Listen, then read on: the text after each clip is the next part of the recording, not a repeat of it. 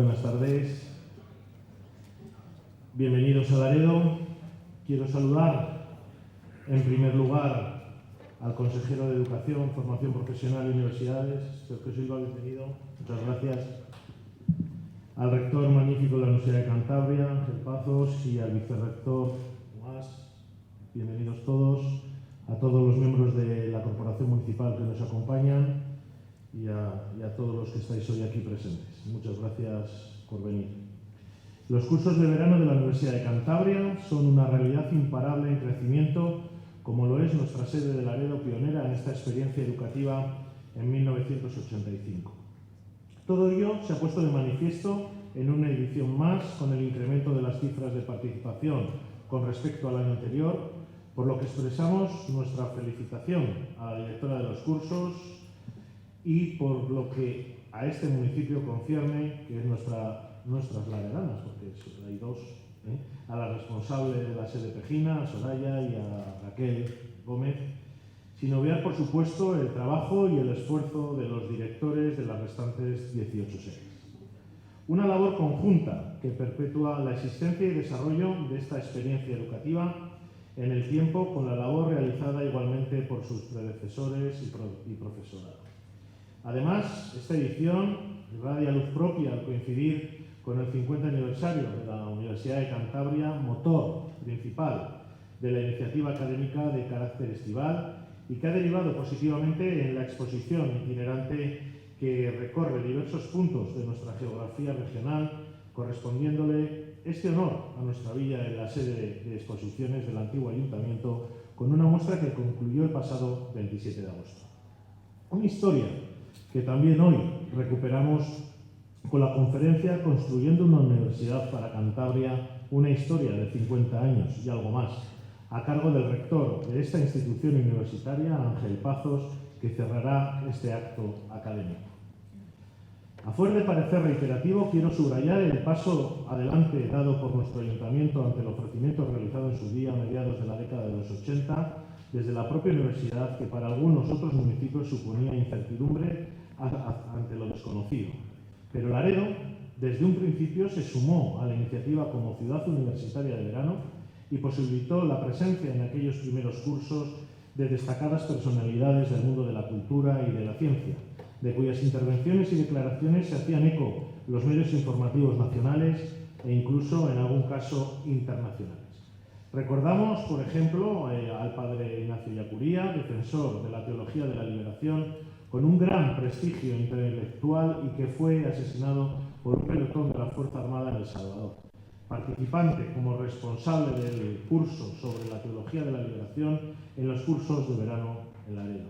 Hoy, nuestra villa perpetúa la memoria de este jesuita con su nombre en una de las principales calles de nuestro municipio. Todo ello demuestra la vinculación de estos cursos con la historia de esta localidad tejina. Y, por supuesto, que sería interminable la lista de personalidades que han desfilado por estos cursos y en Laredo por las sedes, primero de la Casa de Cultura y después del Centro de Idiomas. No quisiera finalizar sin hacer referencia a la oportunidad que nos brindan estos cursos de verano en el ámbito de la transmisión del conocimiento, de disponer de la información precisa de los avances científicos que se producen en nuestra sociedad, no solamente a través de los cursos monográficos, sino mediante los contenidos de las conferencias, citando en este caso la inaugural que nos brindó la oportunidad de conocer las últimas noticias en el campo de la inteligencia artificial con la intervención de Asunción Gómez Pérez, vicerrectora de Investigación, Innovación y Doctorado. Universidad Politécnica de Madrid, primera catedrática española en este campo, y es importante la vertiente que en el caso de esta sede tienen los cursos de Ciencias de la Salud en un municipio donde disponemos de un hospital comarcal. Citar a este respecto igualmente la conferencia de Verónica Torrano Moya en torno a los mitos y verdades sobre el cáncer, una enfermedad que continúa siendo una de las principales preocupaciones que en materia de salud tiene nuestra sociedad. Nos movemos igualmente en una sociedad con una gran repercusión de los medios, por lo que destacamos, entre otras propuestas, la conferencia de Elena Resano sobre la trastienda de un informativo. Ello sin menoscabo de todas las conferencias y cursos que que se han dado a lo largo de esta edición en las distintas sedes, todas ellas de una gran brillantez. Por último, queremos en esta clausura de la presente edición reforzar el compromiso de este Ayuntamiento con la Universidad de Cantabria y sus cursos de verano, que constituyen ya identidad en Laredo para potenciar, si cabe, una experiencia educativa de la que los laredanos nos sentimos partícipes y muy orgullosos. Muchísimas gracias.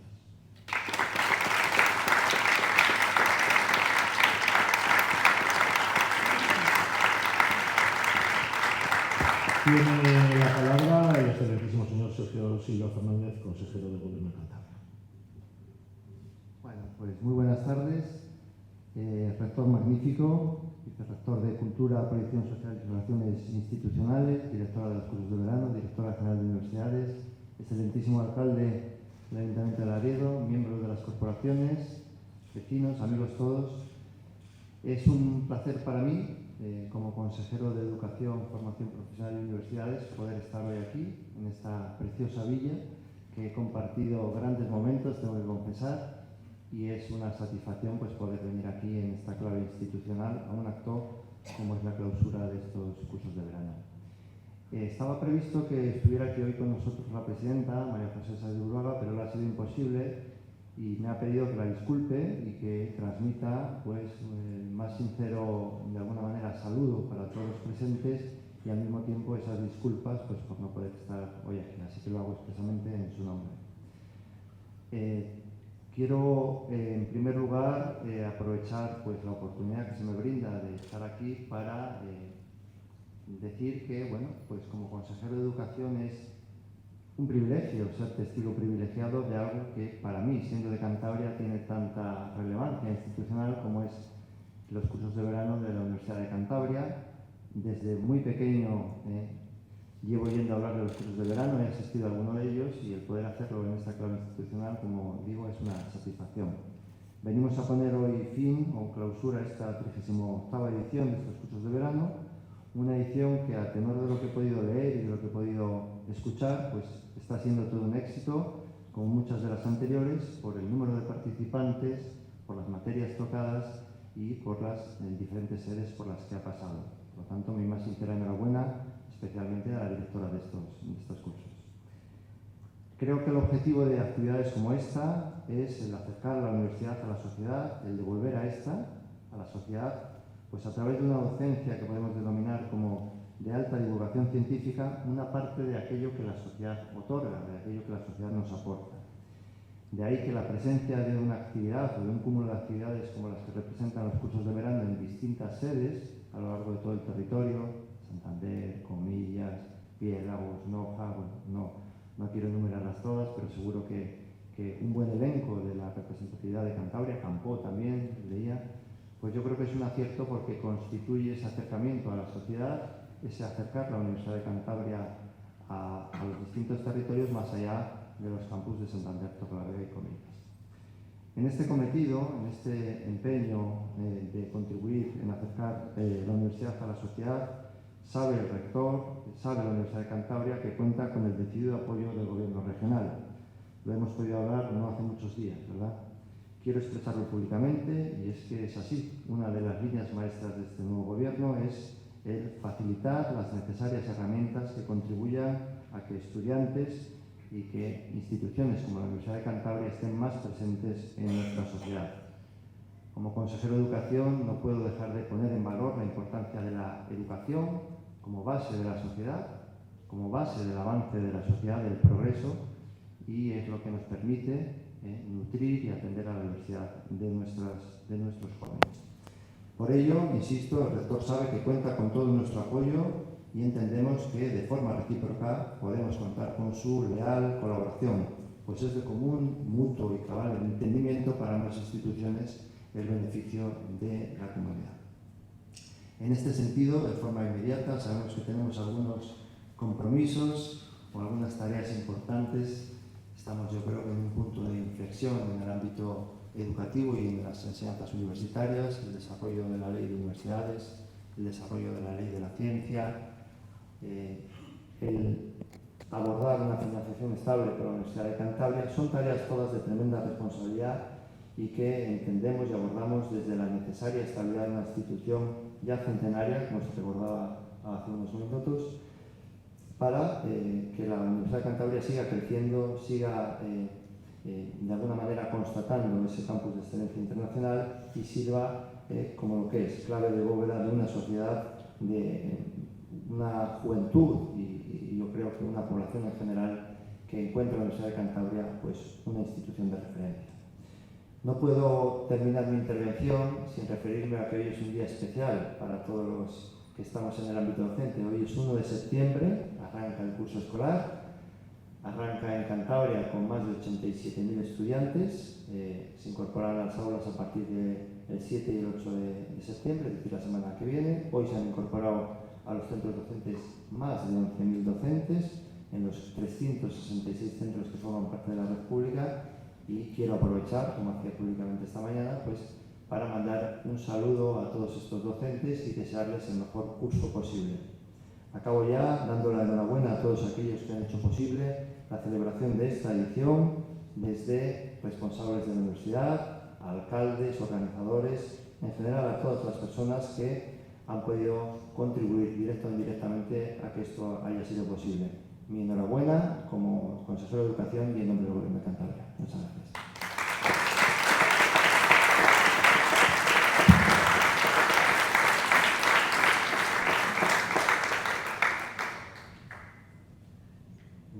Sí, tiene la palabra don Ángel Pazos Carro. ¿Más? Ah, está ahí. Disculpa. He leído la parte de arriba, pero no he leído la de abajo. Bueno, tiene la palabra, tiene la intervención Tomás Montecón Moguellán, vicerrector de Cultura, Proyección Social y Relaciones Institucionales de la Universidad de Cantabria. Usted, discúlpeme. No, muchas gracias.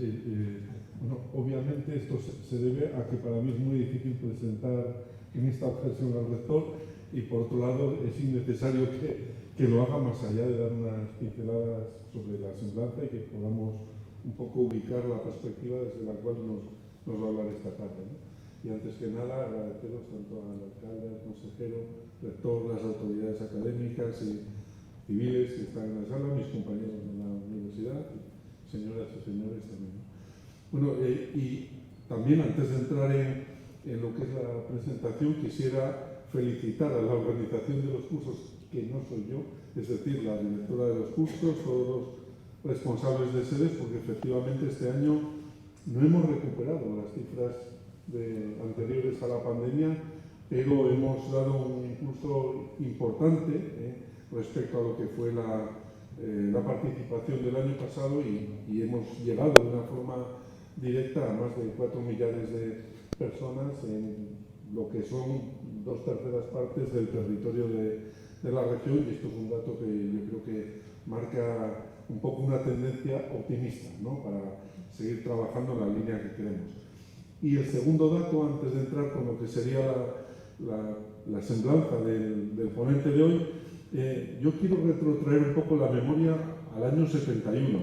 Es justo antes de que se cree la Universidad de Cantabria, pero cuando ya se estaban calentando los motores, y en un editorial de la Hoja de Lunes, del 15 de noviembre de ese año, se rotulaba la universidad principio del desarrollo. Y lo decía ahí, los autores de este titular editorial de la Hoja de Lunes comentaba que decían casi textualmente que había rotunda unanimidad en las opiniones sobre la trascendencia de futuro que suponía esta perspectiva para la región. Yo creo que esto es un horizonte que no podemos perder, ¿eh? Y fíjense, ese día el titular, casi parafraseo, decía: dotará de amplios horizontes para la juventud estudiosa, y por eso no puede deducirse o reducirse a una máquina expendedora de títulos, sino que ha de ser dentro de altos estudios exigentes, formativos, y en el que se vayan sucediendo promociones de hombres, bueno, habría que añadir aquí, y mujeres, ¿no?, dispuestos a afrontar las variables circunstancias de la vida con sólida capacitación, puesto que los cauces del desarrollo no se improvisan. Y la universidad, a mí esto me encanta, es la levadura de la sociedad humana, ¿no? En este trayecto de 50 años, la Universidad de Cantabria ha acogido en sus aulas a una cifra, globalmente cercana a las 70.000 personas. Esto marca también un hito, ¿no?, en lo que es un proceso de transformación de la sociedad, ¿no? Y esto lo digo porque, para marcar un poco la relevancia que es tener una institución de este tipo en una región como la nuestra, ¿no? Aunque he de decir que ese día de noviembre de 1971 esta noticia competía con otras 3 que son igualmente muy relevantes, aunque a otra escala, ¿eh? Les voy a mencionar, ¿no? El Mariner entró en la órbita de Marte, aparecía en la misma página. La señora Fleming era expulsada de Grecia, y se estaba hablando ya de que se proyectaba el gasoducto con España por debajo del Mediterráneo para abastecer a Europa desde Argelia, ¿no? 3 eventos tenían una relevancia a una escala, como digo, más amplia que la nuestra, pero que nos da idea también de lo que es el impacto de las acciones que realizamos los humanos, ¿no? Una institución que proyecta una transformación regional y acontecimientos que se producen ese mismo día que van un poco en la dirección de mejorar también la vida de la sociedad. Bueno, la deportación de la señora Fleming, luego la traeré un poco más a cuento por lo que supuso de impacto también para la conquista de derechos dentro del acceso a la democracia en Grecia, y también porque casi una década después fue miembro de la Comisión Europea de Derechos Humanos, que es un referente que también podemos tener, ¿no? Bien, decía, el 50 aniversario, por lo tanto, dispensa una oportunidad para la introspección, para la reflexión sobre el impacto que ha tenido la OCE desde esos momentos, ¿no? Ángel Pazos es nuestro rector desde marzo de 2016 y desde 1992, si lo tengo bien registrado, que creo que sí, es catedrático de farmacología de la OCE, pero había iniciado y culminado también sus estudios en nuestra institución, tanto la licenciatura como el doctorado en medicina y cirugía, que lo defendió en 1982. Y desde entonces lleva vinculado, comprometido, podríamos decir, con la institución, con la actividad académica en todos sus ejes, y también desde la Universidad de Cantabria a centros internacionales, sobre todo de Suiza y los Estados Unidos, ¿no?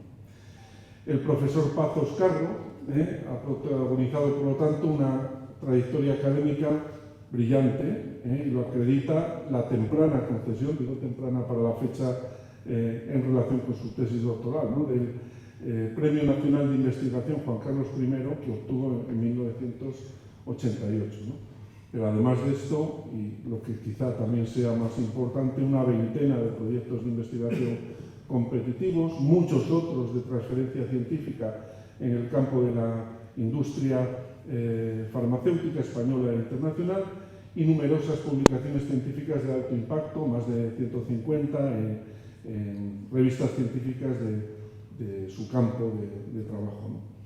Ha sido miembro de comisiones nacionales e internacionales para la evolución científica y editor de la revista internacional Journal of Neurochemistry, ¿no?, así como miembro fundador del Centro de Investigación Biomédica en Red de Salud Mental vinculado al Instituto de Salud Carlos III. Bueno, a lo largo de todos estos años, además de sus preocupaciones sobre los transmisores neuronales y la acción de los fármacos en las flaquezas de nuestro sistema nervioso, así como sobre las bases de patologías neurológicas y psiquiátricas, el sueño se lo ha quitado la gestión del Plan Nacional de Investigación en el campo de la biomedicina entre 1999 y 2003, y desde sus momentos embrionarios también la fundación y gestión del Instituto de Biología Molecular de Cantabria, como coordinador que fue de la comisión que desde 2005 trabajó para que el proyecto se hiciera realidad con una participación paritaria de CSIC, ¿no? Desde abril de 2007, que se publicó en el BOC la fundación del instituto, esta institución aloja a más de una veintena de grupos de investigación que son referentes en muchos ámbitos científicos de nuestro país y también de nuestro contexto europeo, ¿no? Entre 2012 y 2016, Ángel Pazos fue vicerrector de Investigación y Transferencia del Conocimiento de la UCE y secretario ejecutivo de la Comisión Sectorial de Investigación de la Conferencia de Rectores de Universidades Españolas, ¿no? Desde la primavera de 2016, aunque no ha abandonado sus colaboraciones científicas, no hay más que consultar el portal del investigador, ¿no? O de investigadores, que siempre es limitado, lo devora el tiempo, como digo, su dedicación a la gobernanza de la OCE, ¿no? De la etapa como vicerrector de investigación recordamos, entre otras muchas cosas, varios programas que han sido apuesto importantes para la captación de talento joven e internacionalizado. También los esfuerzos para concretar las convocatorias de doctorados industriales, que es tan necesario este puente entre la investigación y la industria. Y como digo, el portal de personal investigador de la UC, que hace visible, al menos esto es una labor que yo creo que es muy importante, la actividad científica y académica de todo el personal académico de la institución, que se agrupa en 165 grupos de investigación y que en este año pasado ha desplegado una actividad en 400 proyectos de investigación y ha producido más de 2 millares de publicaciones científicas, ¿no?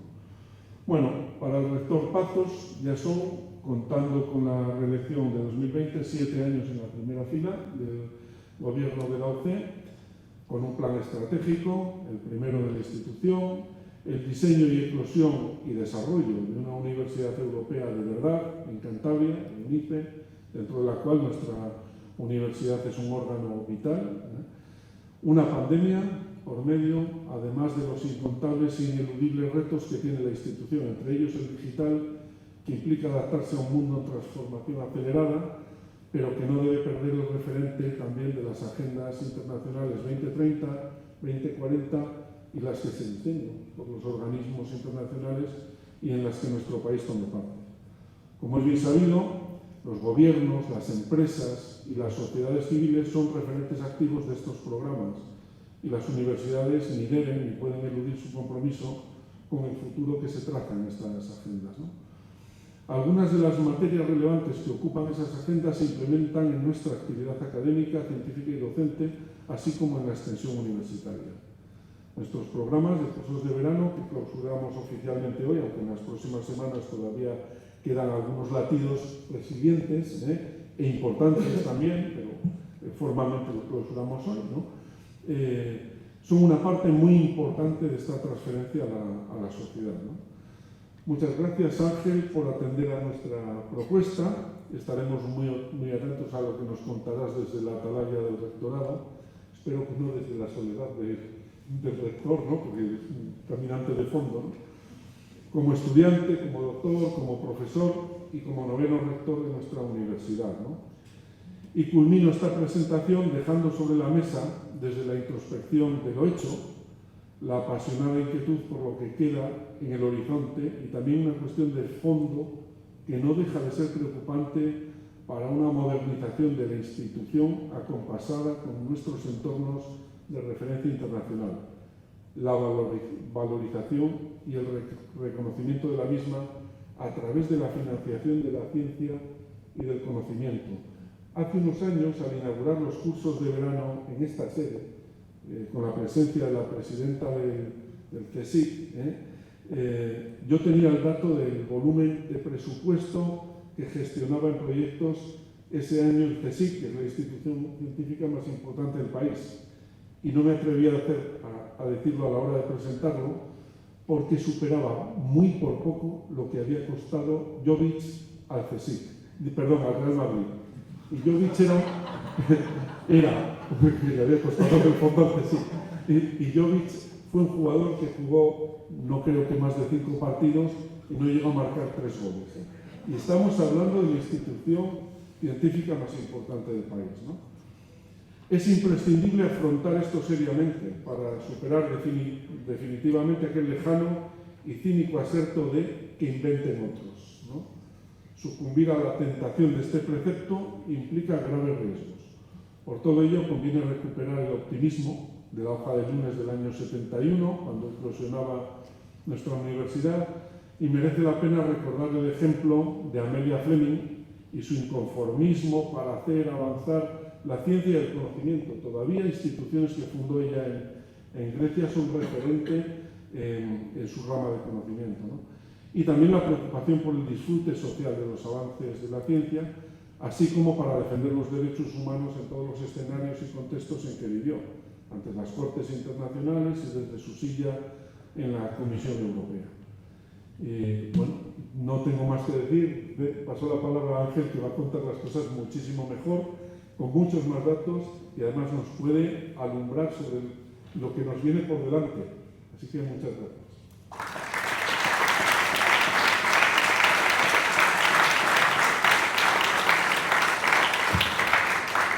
Bueno, una vez concluidas las intervenciones, damos la palabra para la conferencia de clausura que va a impartir el rector de la Universidad de Cantabria, don Ángel Paz Oscar, construyendo una universidad para Cantabria, una historia de 50 años y algo más. Muchas gracias.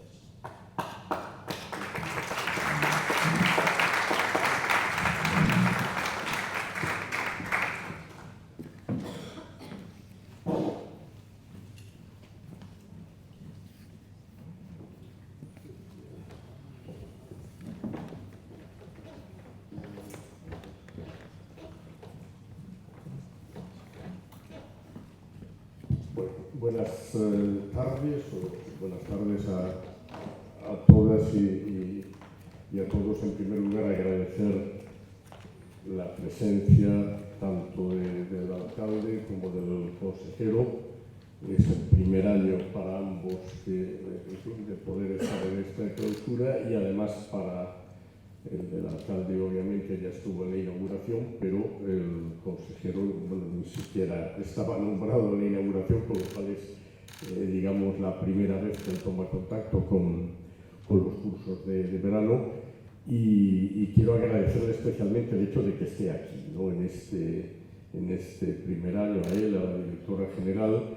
Agradecer, por supuesto, sus palabras y decirle, ya se lo dije en la reunión que tuvimos hace 3 días, que ese compromiso de lealtad gobierno-universidad es mutuo. Agradecer también las palabras del alcalde de Laredo, y aprovechar quizá esas palabras para, digamos, emplear el único minuto que este año voy a emplear en hablar de los cursos. Normalmente, como saben, en esta mesa, lo mismo que hay un discurso, todos los que hemos oído hasta ahora, hay uno mío, pero como rector, esta vez y luego hay un conferenciante o una conferenciante que es la que emplea el máximo tiempo. Como este año, pues yo voy a ser el quien voy a dar la conferencia, con motivo de que cumplimos 50 años, pues el resto de mis palabras va a ser extraordinariamente breve y se reduce a la palabra agradecimiento.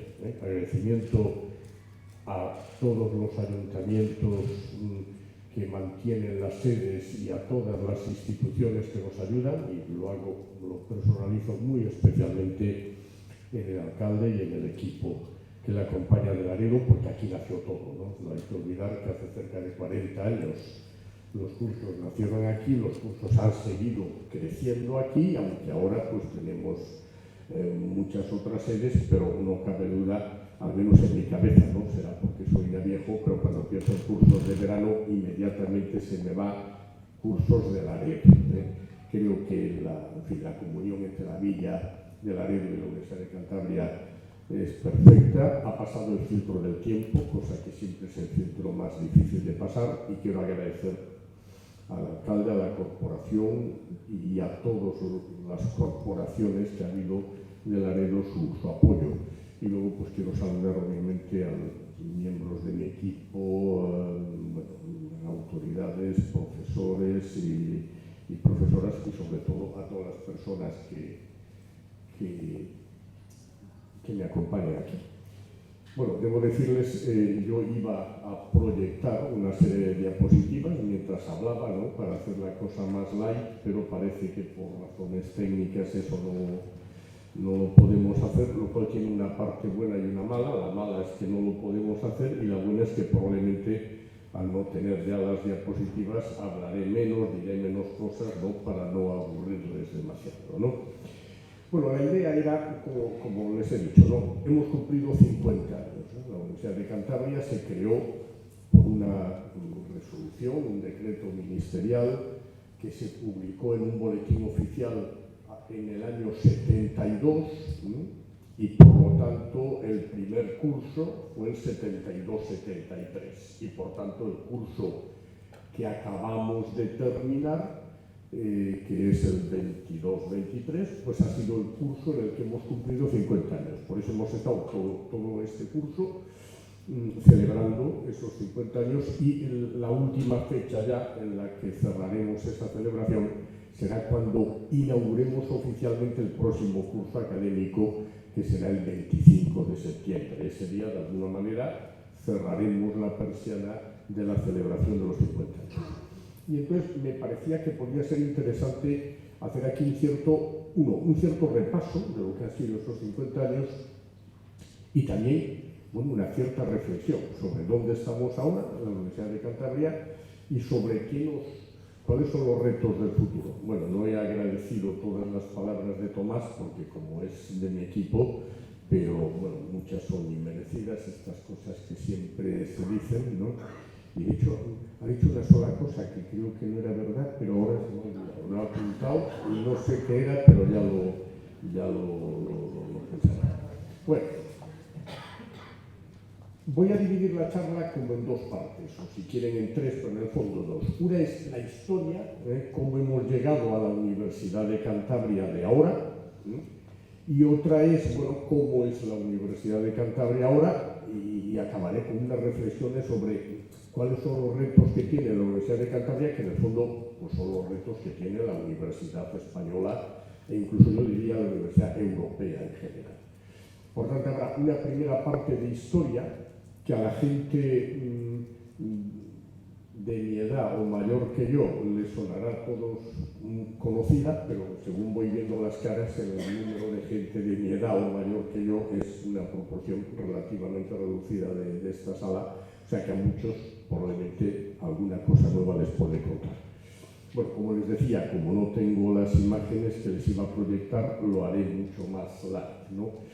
Bueno, ¿cuándo empieza la historia de la universidad en Cantabria? Bueno, oficialmente, como les digo, hace 50 años, pero hay toda una historia previa, ¿no? Es decir, Cantabria, cuando no era Cantabria siquiera, ¿no? Ya desde 150 años antes había ido haciendo cosillas que, si las ponemos todas juntas, ahora suena a universidad. Pues desde 1829, en que se crearon las escuelas de comercio y náutica, y luego ya en este siglo se creó la escuela de enfermeras de Valdecilla, que era una escuela en aquel momento, pero vamos, enormemente importante en toda España, y se creó en 1929. En los años 50 en Torrelavega se puso la escuela de magisterio, por un lado, de los Sagrados Corazones, que recordarán los viejos del lugar, y luego la escuela de minas. Bueno, todo eso eran como, digamos, piezas que entonces no les llamábamos universidad, no lo era, pero ya eran centros docentes que iban ahí poniéndose. Pero el momento clave es cuando los poderes de entonces, ¿no? En Cantabria no puedo decir porque no existía, en Santander y en la montaña, ¿no? Los poderes de entonces, que no recuerdo que era todavía en el franquismo, pues llegaron a convencer a los ministros de entonces de que se creara en Santander una escuela de ingenieros de caminos. Este es el momento clave, Eso sucede en 1966, se crea la Escuela de Caminos. ¿Por qué digo que fue algo muy importante? Porque entonces solamente había otra escuela de ingenieros de caminos en Madrid. Y entonces, claro, tener una escuela de caminos en Santander era muy importante. Esa escuela no creaba la Universidad de Santander ni de Cantabria, no, esa escuela se creó y pasó a depender de la Universidad de Valladolid. 3 años más tarde se creó una segunda facultad, la de Ciencias. Entonces se llamaba de Físicas, porque solo tenía estudios de físicas.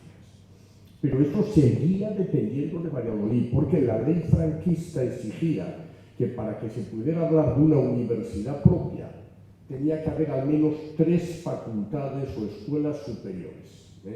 Y entonces había 2, Caminos y Físicas, había algunos centros como los que he citado, minas, peritos industriales, magisterio, porque entonces no se les consideraba superiores y por tanto seguíamos dependiendo de Valladolid.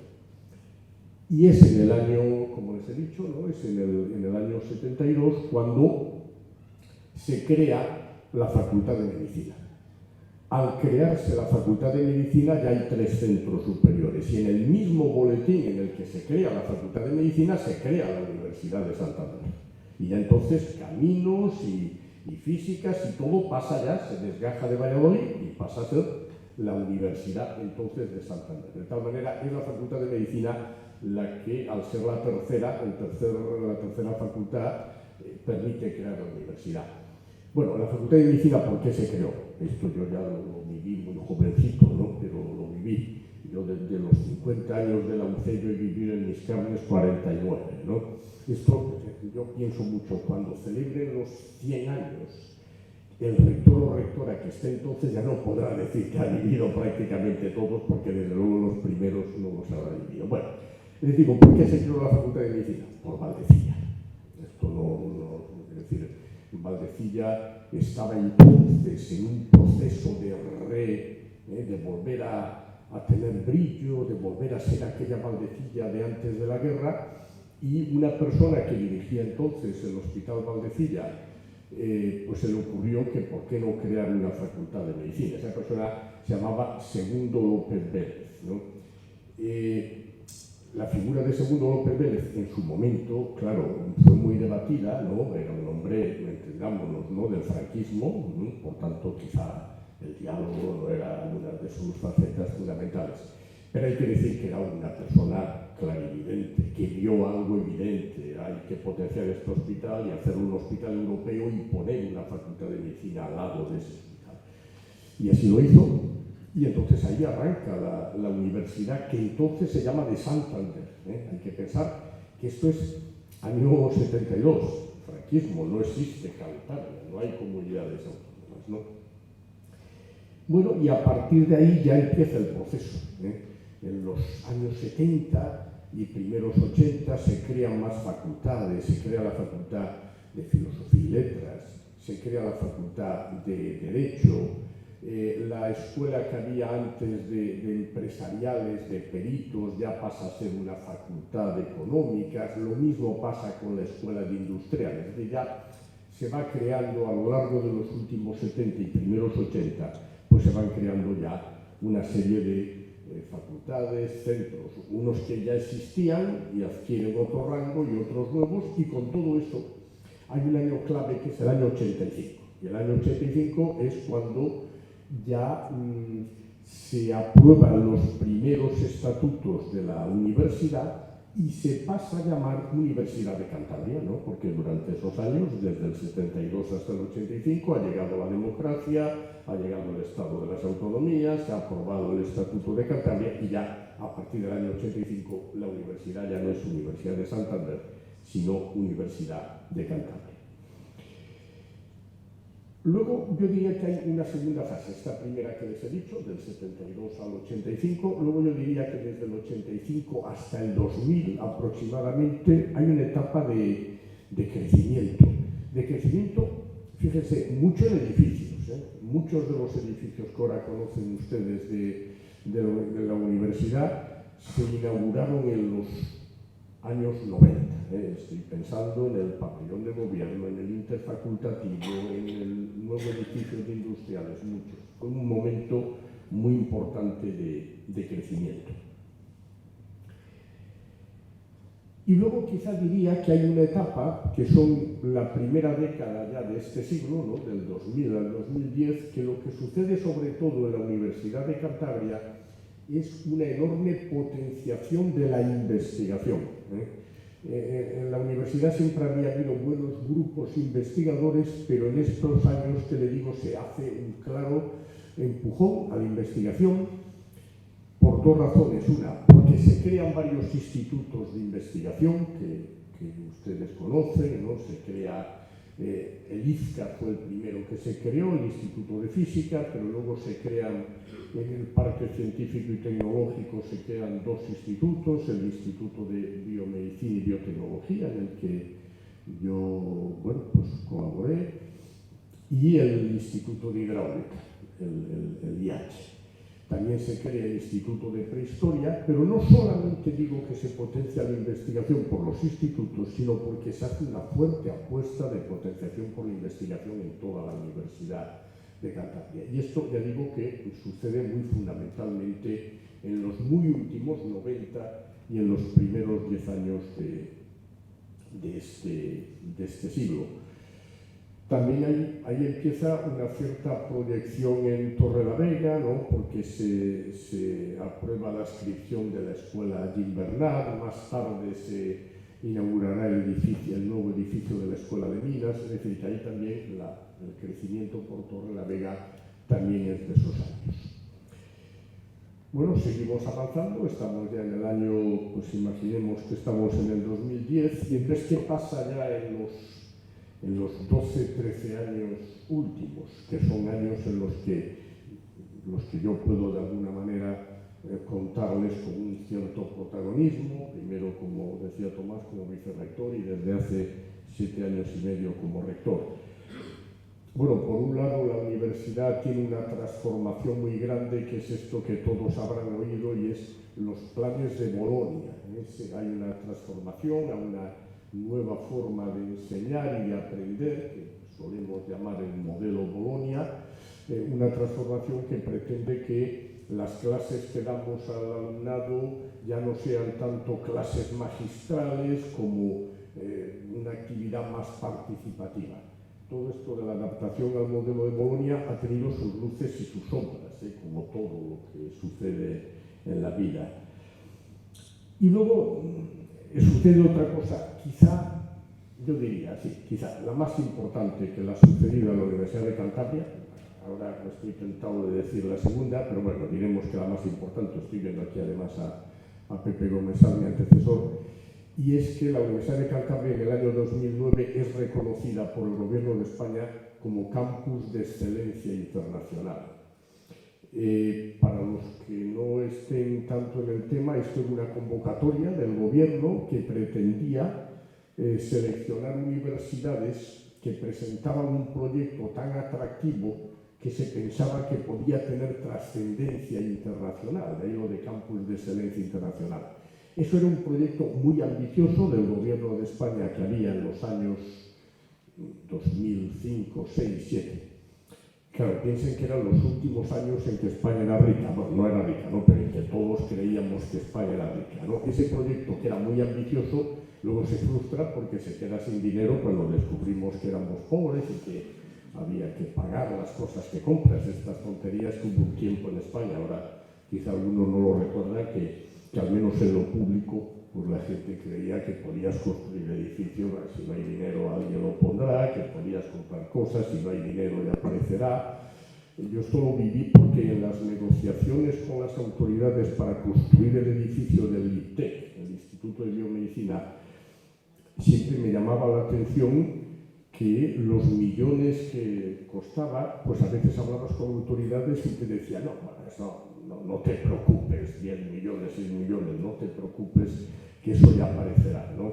Luego, cuando llegó la crisis, algunos de los que están aquí lo recuerdan, hubo que comprar los últimos muebles para el instituto, que eran 40.000 euros, y fue más difícil conseguir esos 40.000 euros que los 18 millones que costó el instituto, porque los 40.000 euros ya eran en la etapa en que España había vuelto a ser pobre, ¿no? Bueno, no sé por qué les he contado. Sí, les he contado esto porque en esa etapa la Universidad de Cantabria logra la distinción de Campus de Excelencia Internacional. Y aunque luego hubo menos dinero del que pensábamos que iba a haber, eso marcó ya un antes y un después. Eso fue como un premio, como una distinción, y eso ya, digamos, nos ha acompañado siempre. Creo que eso fue un elemento muy clave de la universidad. Bueno, después ya hemos seguido, ya estoy en los muy últimos años, pues la universidad ha seguido creciendo, se han ido inaugurando nuevos centros, nuevos edificios, no les doy la lata con ello, pero quizá yo resumiría lo que sucede en los últimos años es, bueno, por un lado, esto lo ha dicho Tomás, que aprobamos nuestro primer plan estratégico, que era algo muy importante, ¿no? Tener una guía estratégica de por dónde quería ir la universidad. Por otro lado, en el año 2018 sucede algo que yo creo que nunca hemos calibrado la importancia de lo que tiene la universidad. El Instituto de Hidráulica es reconocido por la Unión Europea como el proyecto más exitoso de todos los llevados a cabo en España con fondos FEDER en los 30 años de duración de esos fondos. Esto es algo, vamos, yo lo valoré mucho cuando sucedió, pero cada vez que lo pienso, digo lo que es que una instalación que se creó en Cantabria, alguien desde Bruselas haya dicho esto es lo más importante que se ha hecho con fondos FEDER en España en los 30 años de fondos FEDER, ¿no? Bueno, pues significa que algo hicimos bien, ¿no? Hoy, de hecho, hoy he estado en el IH otra vez porque venía la vicepresidenta Nadia Calviño y le quería conocer el IH y yo volví a pensar con orgullo que de vez en cuando somos capaces de hacer cosas bien en el país, ¿no?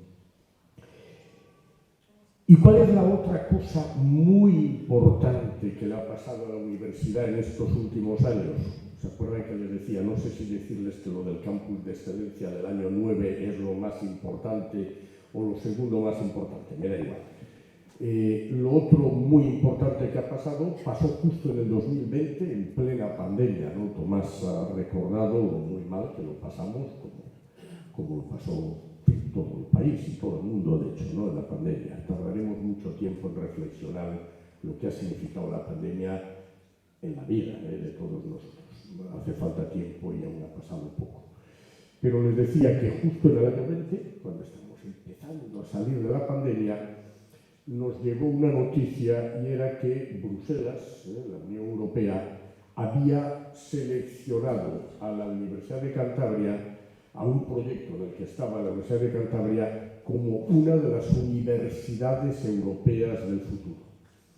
En 30 segundos les cuento que Bruselas hace unos años decide que ya no puede haber en Europa 2000 universidades, cada una por su lado. No, que eso no funciona y que hay que hacer que las universidades se agrupen y formen una sola o unas cuantas solas. Y entonces Bruselas decide lanzar un concurso, porque como tampoco puede reconocer a todas las universidades de Europa eso, pues necesita que las universidades se presenten y ya verá la Unión Europea lo que selecciona.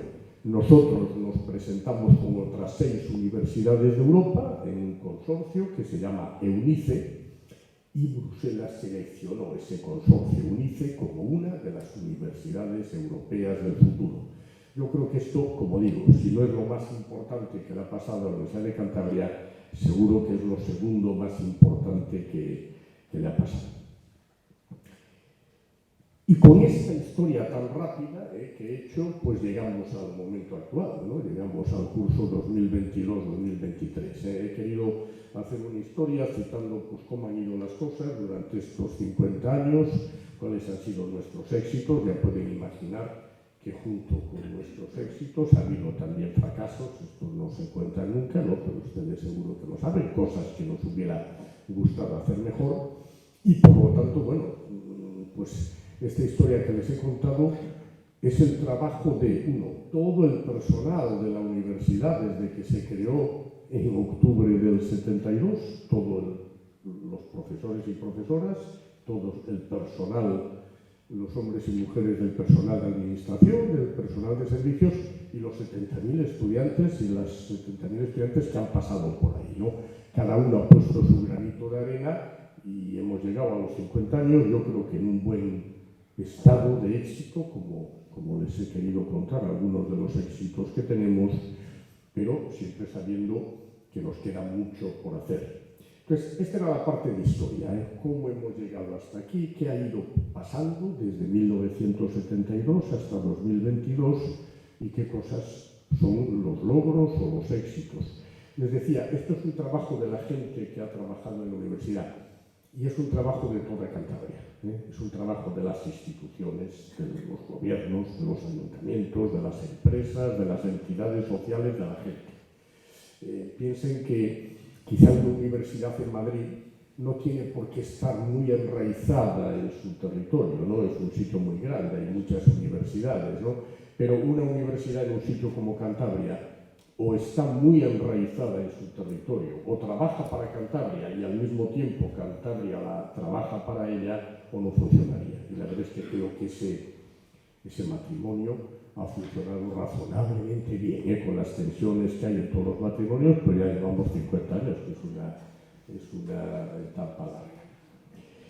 Bueno, la otra parte de la charla sería decir, bueno, ¿cómo somos hoy entonces? ¿Cuál es la foto de la Universidad de Cantabria hoy y qué tenemos que esperar para el futuro?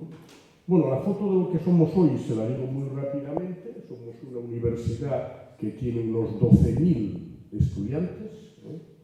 De esos 12.000 aproximadamente 10.000 son de grado, lo que los que estamos aquí llamaríamos estudiantes de una carrera, y luego los hay de máster, de doctorado, de títulos propios, de otro tipo de cosas, ¿no? Ofertamos 30 grados y 5 dobles grados, 30 para los de antes, 30 carreras y 5 carreras dobles, ¿no? Tenemos 15 centros, 15 facultades o escuelas. Tenemos 6 institutos de investigación, he hablado de algunos de ellos.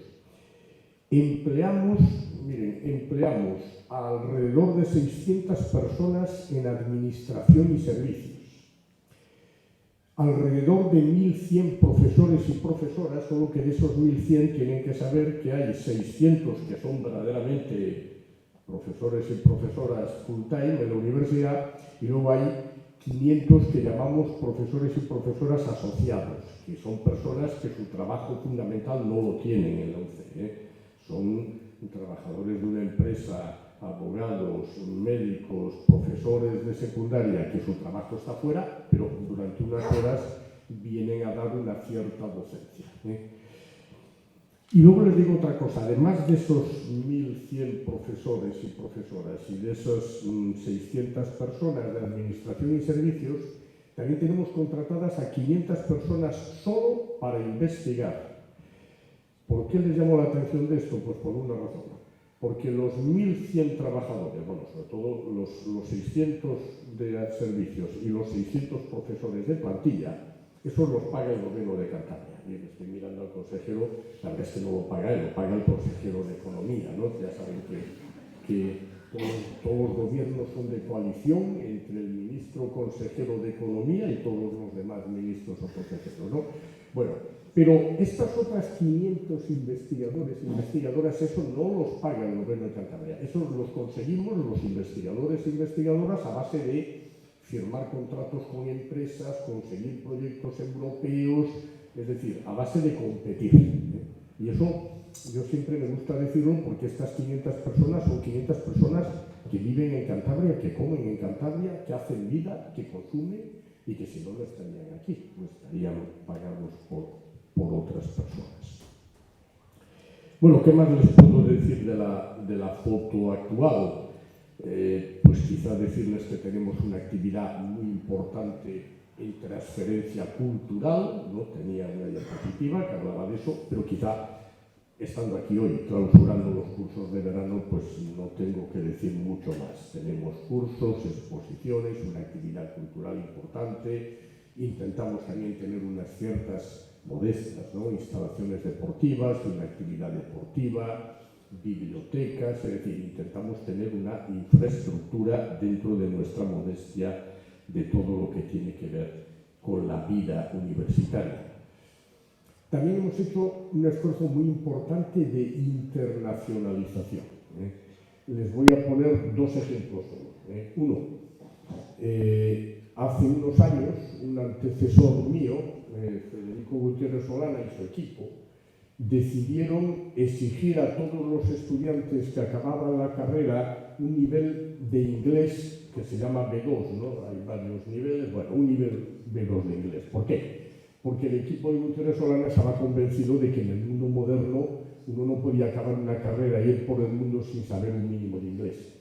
Esto provocó una bronca monumental, interna y externa. Interna porque había gente de la universidad que decía ¿por qué coño tenemos que exigir a los alumnos este nivel de inglés? Y externa porque las familias decían ¿pero por qué a mi niño, a mi niña? Ya saben que para los padres siempre son mi niño y mi niña, tienen que saber inglés. Bueno, debo decir, es de las pocas veces en que un equipo rectoral ha mantenido una decisión contra viento y marea, contra la oposición de gran parte de la sociedad. Y como casi siempre pasa en esos casos, tenían razón. Nadie discute ya la exigencia del nivel de los de inglés, ahora creo que sería, nadie defendería criticarlo, e incluso, fíjense, ahora ya los chicos y chicas, muchos llegan con el nivel B2 de inglés conseguido porque nos dicen, claro, es que me han dicho mis padres que como en la Universidad de Cantabria voy a tener que demostrar el nivel B2 de inglés y si no, no me dan el título, pues ya he ido preparando. Eso es una cosa que me interesaba mucho contar. Y la otra ya se había contado, la otra es que estamos en un consorcio de universidades europeas y esto va a ser algo, esto es el futuro de la Universidad de Cantabria, porque piensen que ahora ese consorcio que antes eran 7 universidades, ahora son 10. Una universidad alemana, una francesa, una belga, una finlandesa, una sueca, una italiana, una portuguesa, una polaca, una griega y no sé si me queda uno o no, da igual. Bien, ¿cuál es la idea? La idea es que dentro de unos años nosotros tendremos aquí centenares de alumnos griegos, portugueses, suecos, alemanes, franceses, polacos. Y centenares de alumnos nuestros estarán haciendo una parte de su carrera en la universidad esta polaca o en la finlandesa o en la italiana. Es decir, que esto no va a suceder hoy y mañana porque las cosas van lentas, pero esto es el futuro y estar en ese consorcio que les decía, pues lo va a garantizar. Y esto sin duda es el seguro de vida futuro de una universidad pequeñita como la de Cantabria. ¿Qué más les puedo decir de la foto actual de la universidad? Pues fíjense, decirles una cosa muy importante. Miren, el presupuesto del año pasado era alrededor de 120 millones de euros. Parece mucho, les puedo dar un dato. Hay una universidad holandesa, Groningen, que tiene, cuando haces la ratio entre los alumnos que tienen ellos y los que tenemos nosotros y el presupuesto que tienen ellos y nosotros, Groningen tiene 3 veces más presupuesto que nosotros. Es decir, lo digo para que se haga la idea de que aunque parezca mucho dinero no lo es. Bueno, pues de esos 120 millones hay una cosa importante que les tengo que decir. La mayoría viene del gobierno, como es lógico, somos una universidad pública. Una parte cada vez más pequeña viene de lo que pagan los chicos y chicas. Ni el 9% es ya, y eso es bueno, ¿no? Porque significa que mantenemos un precio baratísimo, que no es ni el 10% de lo que cuesta la carrera. Pero luego hay 23 millones que los hemos conseguido nosotros en proyectos de investigación, colaborando con empresas, ganando proyectos competitivos en Europa, ganando proyectos competitivos en España, pero no es dinero que nos lo dé el gobierno de Cantabria en 1 de enero. Esos 23 millones, de los 120 aproximadamente, los consiguen los grupos de investigación. Y una parte importante de colaboraciones con empresas, y esto es importante porque otra de las patas fundamentales de una universidad, la primera pata es la docencia, esto no hay que olvidarlo nunca. En la universidad lo primero que estamos es para formar bien a los chicos y chicas. A veces los profesores tendemos a olvidar esto y pensar en la investigación. Lo primero es la formación. Lo segundo, casi en igualdad de la formación, es la investigación. Y lo tercero es la transferencia cultural y también a las empresas. Y nosotros nos esforzamos en tener una colaboración importante con empresas. Bueno, alguien puede preguntarse, ¿y los alumnos y las alumnas que salen de la Universidad de Cantabria salen colocados o la Universidad de Cantabria es una fábrica de parados, ¿no? Como se suele decir de las universidades? Miren, les cuento un poco. Esto de que la Universidad Española es una fábrica de parados solo lo pueden decir personas que no conocen la realidad. Lo malo es que esto se dice en la tele, lo dicen personas que deberían conocer la realidad. Es más, voy a ser más duro, personas que es una vergüenza que hablen en los medios públicos desconociendo la realidad. Miren, les doy un dato. Un egresado de nuestra universidad, pero también de cualquier otra, las diferencias son pocas, cuando se mide a los 3 años si está trabajando o no, están trabajando el 86% si han acabado el grado. Y si han acabado el máster, el 90%. Y luego hay un 6% más que no está trabajando porque está preparando oposiciones. Si hacen la suma, pues se darán cuenta que estamos en unas cifras alrededor del 90%. Uno podría decir, hombre, pero lo ideal es que fuera el 100%. Bueno, claro, lo ideal es que fuera el 100%, pero ¿saben lo que pasa? Que es alrededor del 90%. Si ahora coges la misma población de edad española, que en lugar de llegar a la universidad se ha quedado en la secundaria, ese 90% se convierte en un 80%. Por tanto, formarse en la universidad sigue siendo todavía, afortunadamente, un ascensor social, un elemento de encontrar trabajo más fácil. Y ayer leí un dato que decía que por término medio una persona con titulación universitaria gana algo así como un 32% más de salario que una persona sin titulación universitaria.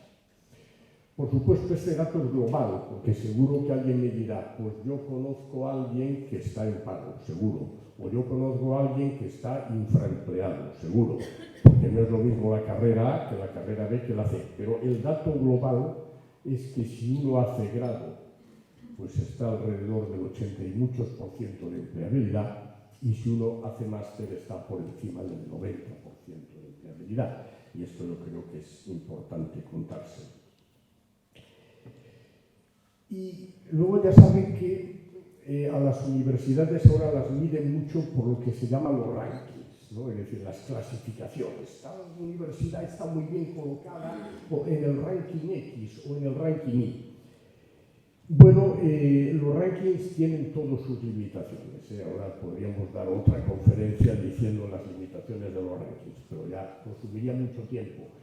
Sí les puedo decir que con todas esas limitaciones, la Universidad de Cantabria, los rankings no queda mal. Les puedo decir, en los rankings de eficiencia, esto es muy importante, porque hay rankings que miden algo en valor absoluto.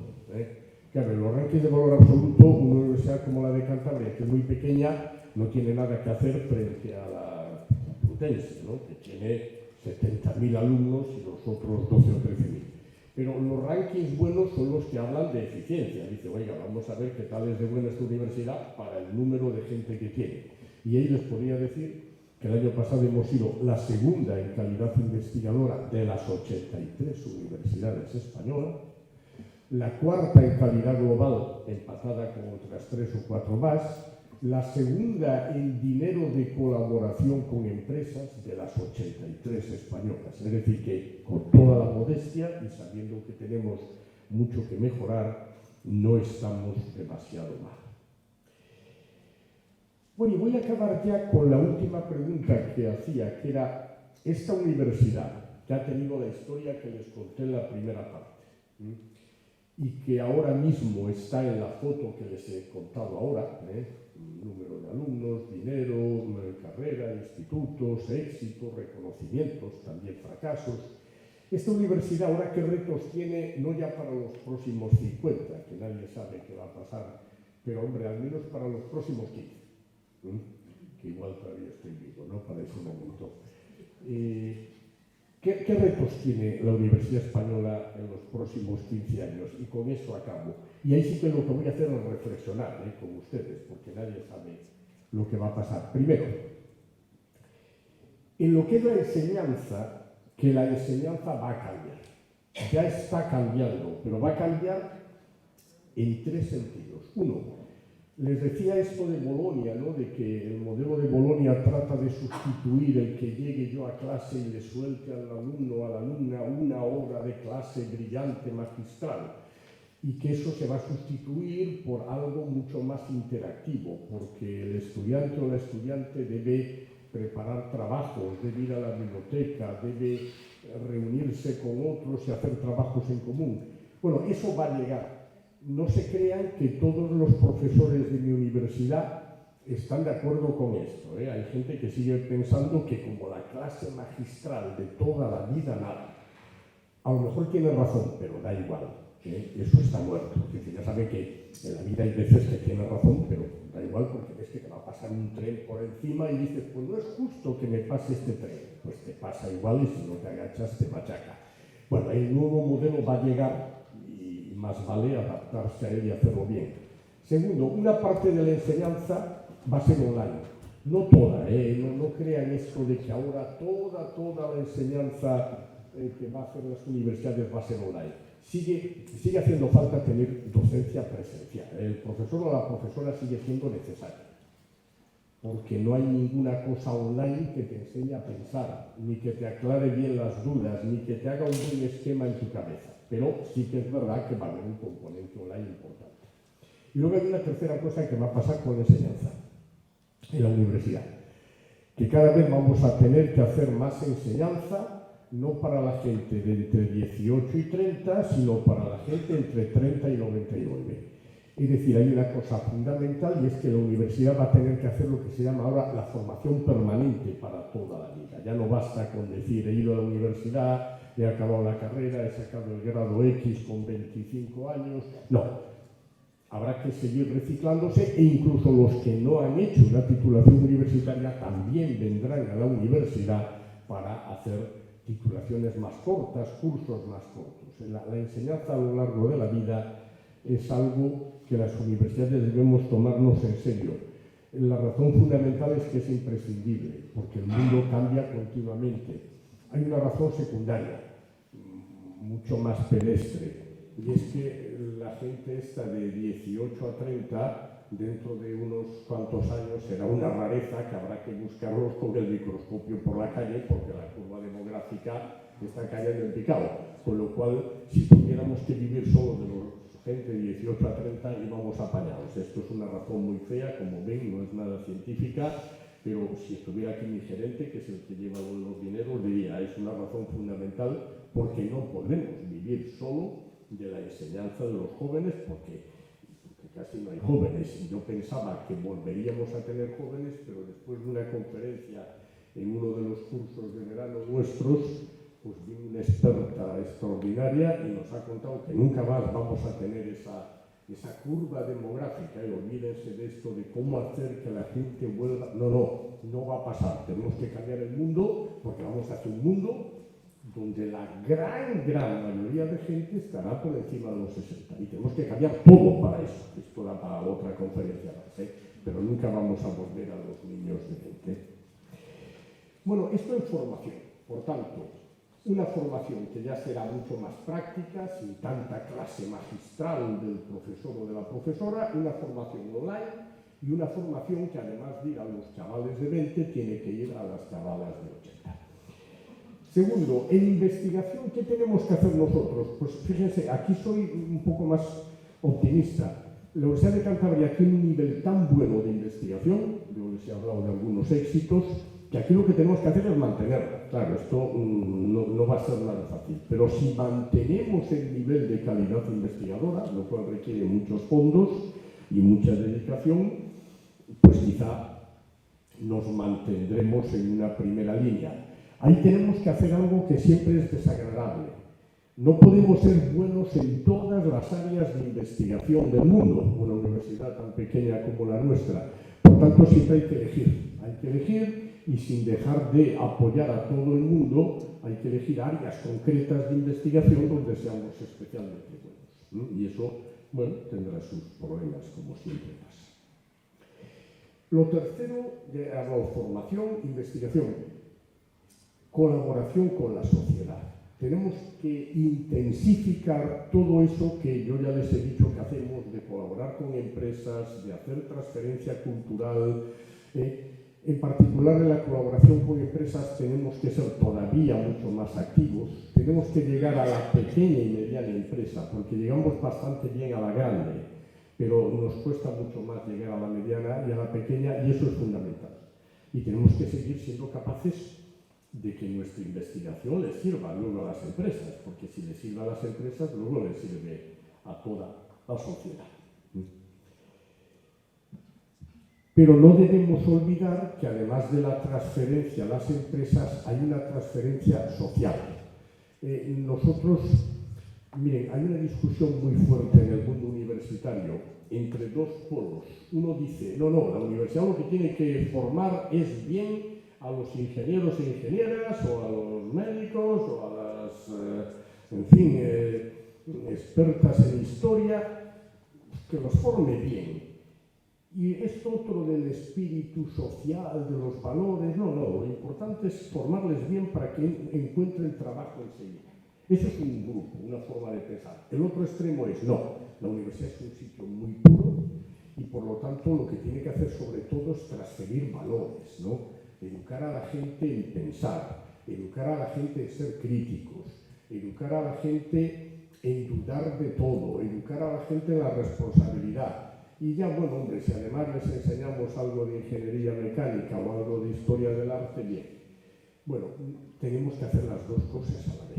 El reto es que la universidad tiene que ser capaz de enseñar bien cada una de las asignaturas de la ingeniería, la historia, la economía o la medicina, pero a la vez tiene que ser capaz de formar personas en valores. Porque si la universidad no forma personas en valores, yo casi diría que no lo va a hacer con esa dedicación nadie más, ¿no? Ya les he hablado de formación, ya les he hablado de investigación, ya les he hablado de transferencia, de sociedad, y la última pata es que tenemos que seguir internacionalizándonos. Pero realmente eso, yo desde que hemos entrado en el consorcio este de los otros 9 países de UNICE, estoy relativamente tranquilo. Tenemos que trabajar mucho, pero creo que si lo hacemos bien, ese trabajo de UNICE logrará de verdad la internacionalización de nuestra universidad. Bueno, esos serían un poco los retos que tiene nuestra universidad. Claro, para hacer esos retos hace falta dedicación, hace falta trabajo y hace falta dinero, ¿no? Es decir, les decía antes, ¿no? Las universidades españolas, no hablo ahora de la nuestra en general, ¿no? La media de la Universidad Española, ayer yo ya vi un curso en la UIM sobre este tema y el dato es que está aproximadamente un 40% infrafinanciada con relación a la media europea. Esto, bueno, es un problema grave y si no se consigue mejorar esa financiación, nunca podremos estar en la élite mundial. Yo siempre digo, para los que entienden de fútbol, pues hay un ejemplo muy claro, ¿no? El equipo de la primera, que tiene un presupuesto de 42 millones frente al Madrid y al Barça, que deben estar ahora por los 1.000 millones, no tiene ninguna posibilidad de ganar la Liga. Tú le puedes decir a ese equipo, hombre, tienes que esforzarte, tienes que hacerlo muy bien. No ganará la Liga, ¿por qué? Porque no puede fichar a Messi, ni al otro, ni al otro. Esto es durísimo de decir, pero es exactamente la realidad. Bueno, pues la universidad no es que tenga que fichar a Messi, pero tiene que tener unos fondos muy importantes porque la docencia es cara y la investigación es muy, muy cara. Entonces tenemos ahí un reto y por eso los rectores siempre nos pasamos la vida pidiendo más financiación y lo sabe ahora ya el consejero, ¿no? Pero eso sí, siempre esto se lo he dicho al consejero y a la directora general hace poco, la contrapartida que yo ofrezco es rendición de cuentas. Yo no pido nunca dinero. Tú dame más, dame más dinero y 3 años después yo te mostraré que con ese dinero he subido en el indicador tal, he logrado cual, he hecho esto en docencia, he hecho esto en investigación. O sea, tiene que haber un compromiso mutuo que tiene que lograr esa financiación, que también les digo, ya saben que en España las universidades están transferidas a las comunidades autónomas, con lo cual todo el esfuerzo casi de financiación tiene que venir de la comunidad autónoma. Si no cambiamos eso, será imposible que las universidades españolas lleguen a tener el nivel de las grandes universidades europeas. Es decir, las comunidades autónomas tienen que subir su financiación claramente, pero necesitamos que el Estado también colabore de alguna manera. No es fácil porque constitucionalmente están transferidas, pero tiene que haber modelos y los hay. El campus de excelencia que les conté era un modelo de dar dinero a las universidades desde el gobierno central, ¿no? Bueno, esto es muy importante. Es decir, si no hay más financiación, todos estos retos que yo les he contado difícilmente harán una universidad española o una universidad de Cantabria mejor dentro de 15 años, ¿no? Pero al lado de eso, ojo, nosotros y vosotras, los universitarios y universitarias, tenemos que hacer nuestro deber. ¿Y cuál es nuestro deber? Uno, pensar, sobre todo hablo como una universidad pública, que nos pagan los ciudadanos, que nos paga el Estado. Claro, el Estado no tiene cara. El Estado es cuando salgamos de aquí nos cruzaremos con 200 personas. Eso es el Estado. Nos pagan los ciudadanos, y esto a veces se nos olvida.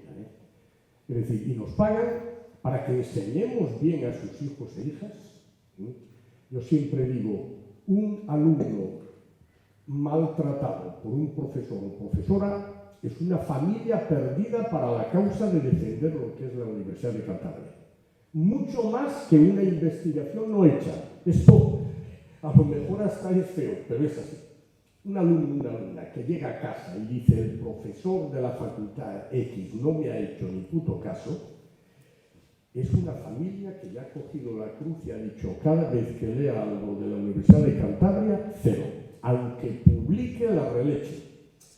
Esto, yo que vengo de haber sido investigador, lo he ido metiendo en el coco, pero se lo tiene que meter en el coco todo el mundo.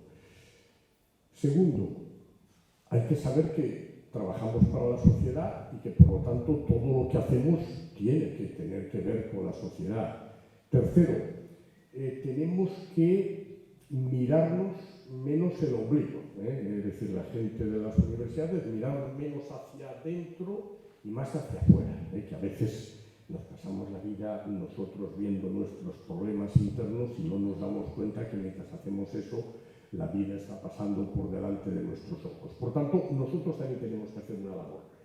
Los gobiernos, la sociedad, las empresas tienen que hacer la suya, que es apoyarnos y desde luego financiarnos mejor, porque como digo, la brecha de infrafinanciación en la Universidad Española es enorme, pero las universidades tenemos que hacer nuestro trabajo e intentando cada día ser más útiles hacia la sociedad, que es la que nos paga, al menos una universidad pública. Una universidad privada podría decir otras cosas, pero una pública nos debemos a quienes nos pagan, que son los ciudadanos y ciudadanas.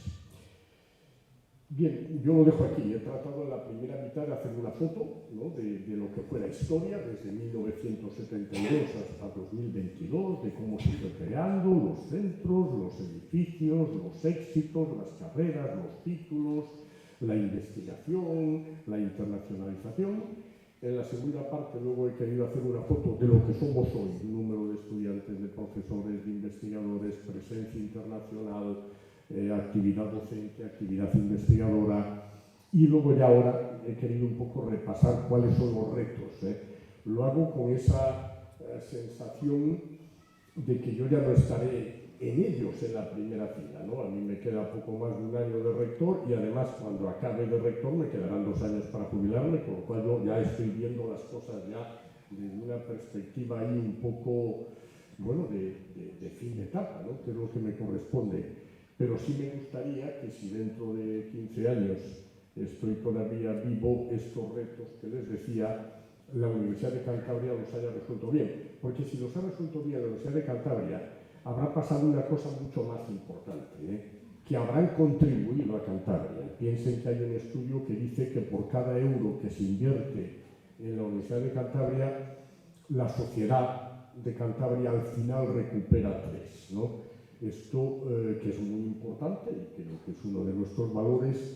Como digo, si afrontamos estos retos con éxito, los de la nueva formación, los de la investigación, los de ser más internacionales, los de colaborar más con empresas, pues quiere decir que esa transferencia hacia la sociedad de Cantabria será mejor, y Cantabria será mejor, y será más próspera, y será más activa, y será más rica, y no solo Cantabria, España, por supuesto, y al mundo, ¿no? Porque, como antes hemos dicho, la vocación de una universidad, por narices, por eso empieza por Univers, es ser internacional, ¿no? Pero, bueno, el primer sitio donde tenemos que regar, ¿no?, donde tenemos que cultivar es nuestra comunidad. Y de ahí ya saltamos al resto de España, saltamos a Europa y saltamos al mundo, ¿no? Bueno, con el deseo de que finalmente la Universidad de Cantabria logre esos retos, logre mantener la posición que tiene ahora, que como les he dicho, en algunas cosas es la segunda del país, en otra la tercera, en otra la cuarta, es decir, estamos en un muy buen nivel, pero la competencia es tan brutal que como nos paremos a leerlo un poco, pues ya habremos bajado varios puestos, ¿eh?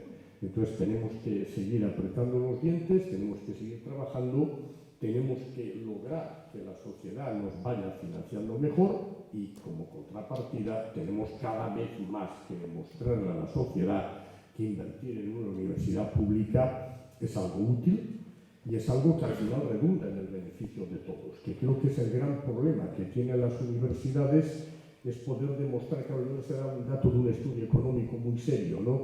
Que por cada euro invertido en la UC la sociedad acaba recuperando 3. Porque claro, este es un dato que los economistas seguro que vienen aquí y lo explican maravillosamente, pero a veces cuesta verlo, ¿eh? Y ahí nosotros tenemos que legitimarnos cada día a trabajar. Muchísimas gracias por estar esta tarde.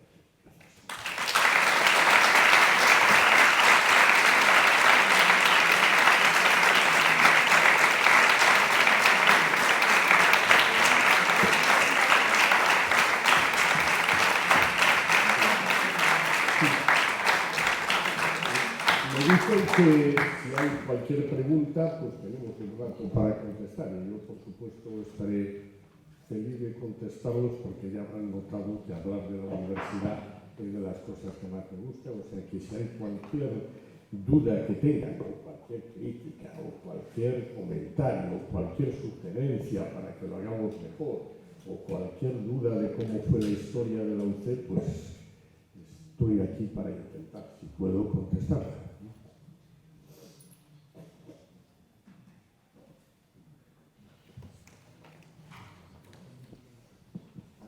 Ángel, seguro que la mía no te la esperabas. No, seguro que no, porque, a ver, ya bastante es que un consejero venga a esta clausura, que esté atento a lo que se dice, que aguante hasta el final y ahora encima que pregunte. Esto ya van siendo datos a tu favor que no te librarán de la negociación del presupuesto, pero van en la línea de valoración personal. Esa es la intención. Vamos a ver, yo soy y he sido alumno de la Universidad de Cantabria y soy de Cantabria y he vivido esa parte de los 80 hacia acá, ¿no?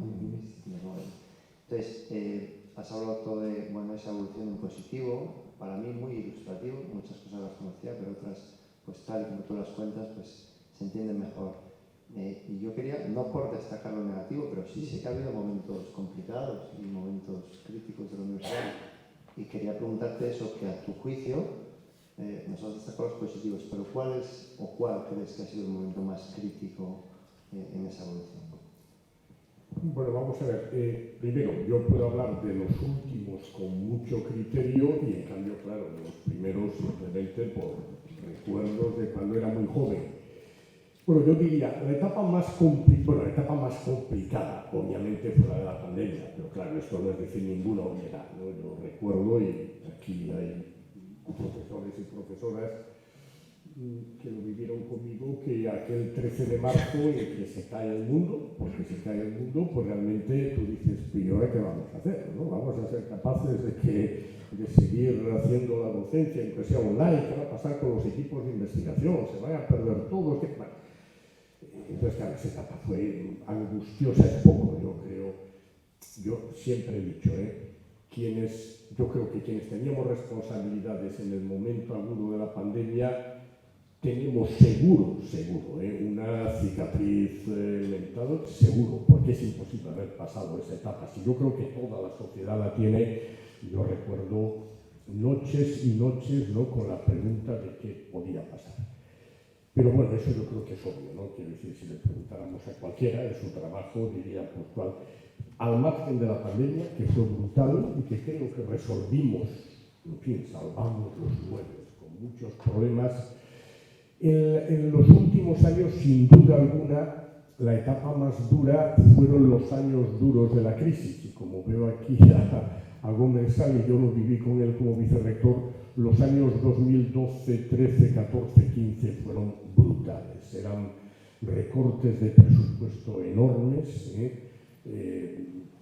cosas que tenías que ir cerrando porque no podían continuar. Bueno, una situación, esa fue una etapa muy, muy dura, muy dura.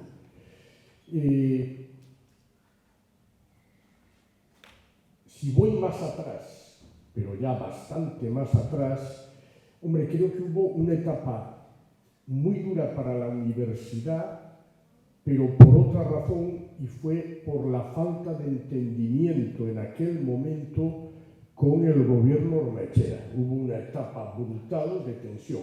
Los más viejos del lugar recordarán aquellas críticas en que se decía que los profesores de la universidad éramos, o eran, ¿no?, paracaidistas, porque ni siquiera venían de aquí. Es gente rara que venía de fuera, ¿no? Porque es verdad, claro, en el primer momento casi todo el profesorado venía de fuera.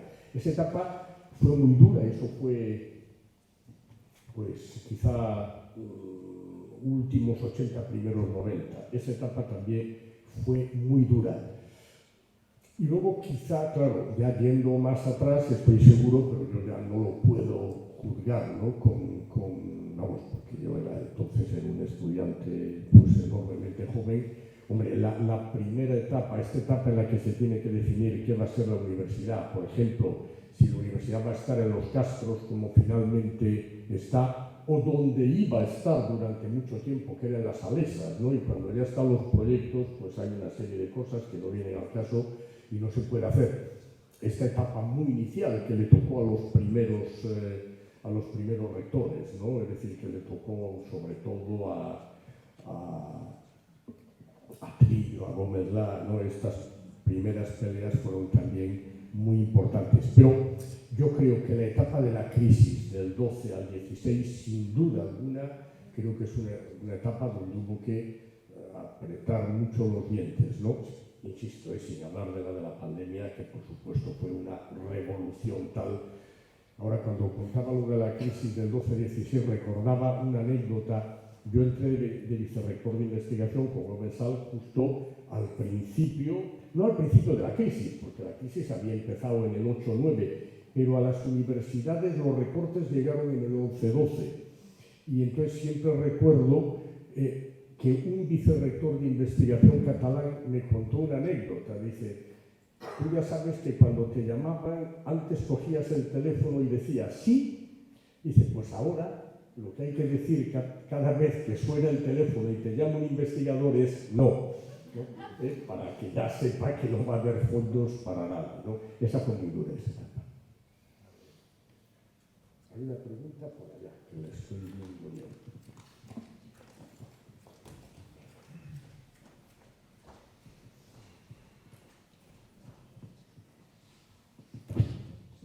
Has hablado de la formación online y precisamente pues, en los últimos 15 años ha habido una proliferación de universidades de formación online y eso de cara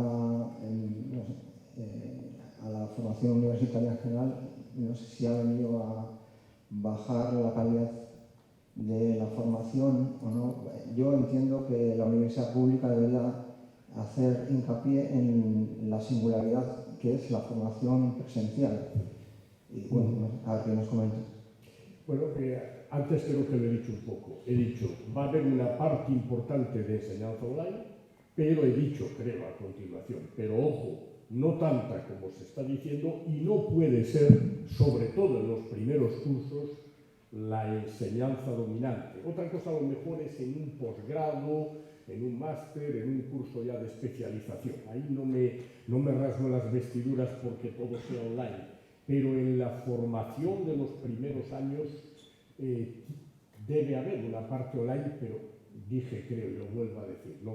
La presencia del profesor o profesora sigue siendo fundamental. Por tanto, yo no estaría cómodo con un modelo en el que la gran parte de la enseñanza de grado fuera online. Insisto que si ya vas a otras etapas, lo entiendo más, entre otras cosas porque el que a lo mejor hace un curso de especialización está ya trabajando y no podría ir a una docencia presencial. Pero creo que en los primeros años el estudiante y el estudiante necesitan el contacto con profesores y profesoras. Aunque, insisto, la online tendrá su papel porque eso son los signos de los tiempos, ¿no?